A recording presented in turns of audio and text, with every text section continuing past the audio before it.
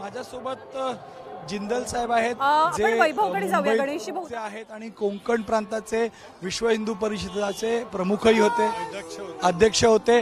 आणि माझ्याकडे आहे ही भेटवस्तू जी न्यासाकडनं सर्व मान्यवरांना दिली गेली. पहिलं तर मी तुम्हाला ह्याच्यात काय काय आहे दाखवण्याचा प्रयत्न करतो.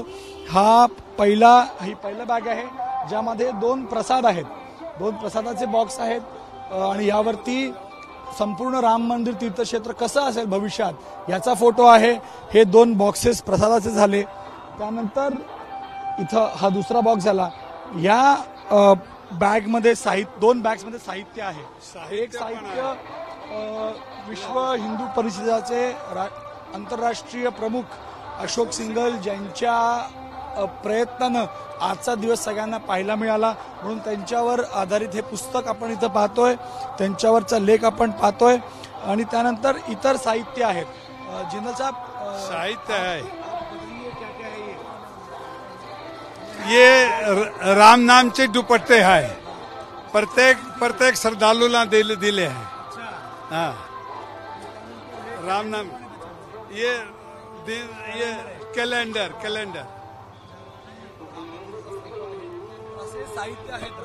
राष्ट्र धर्मची पुस्तक आहे, राष्ट्र धर्म मॅगझिन आहे. प्रसाद सर,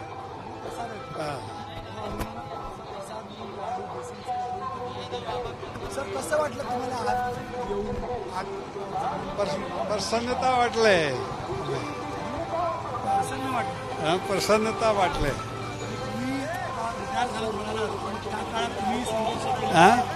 त्या काळात तुम्ही संघर्ष केला असेल. बराबर सर, त्या काळामध्ये एक संघर्ष तुम्ही केला असेल विश्व हिंदू हाँ, परिषद. संघर्ष बहुत मैं हिंदी में बोलूंगा. संघर्ष बहुत किया है. 88 से लेकर के 90 में तो ये ढांचा गिराया था, 92 में 6 दिसंबर में. उसके बाद में हमने संघर्ष जो है 500 साल का किया है और लाखों लोगों जो है भेंट चढ़ गए. राम मूर्ति देख के कैसा लगा आपको, कैसा महसूस किया? बहुत आनंद आया. इतना आनंद आया है कि जितना हम लोग भाग्यशाली हैं कि जो हमारे बुजुर्गों ने, साधु संतों ने और शहीदों ने जो भोग दिया था उसका लाभ हमारे को मिल रहा है. और आज हम दर्शन करके कृतज्ञ हो गए हैं.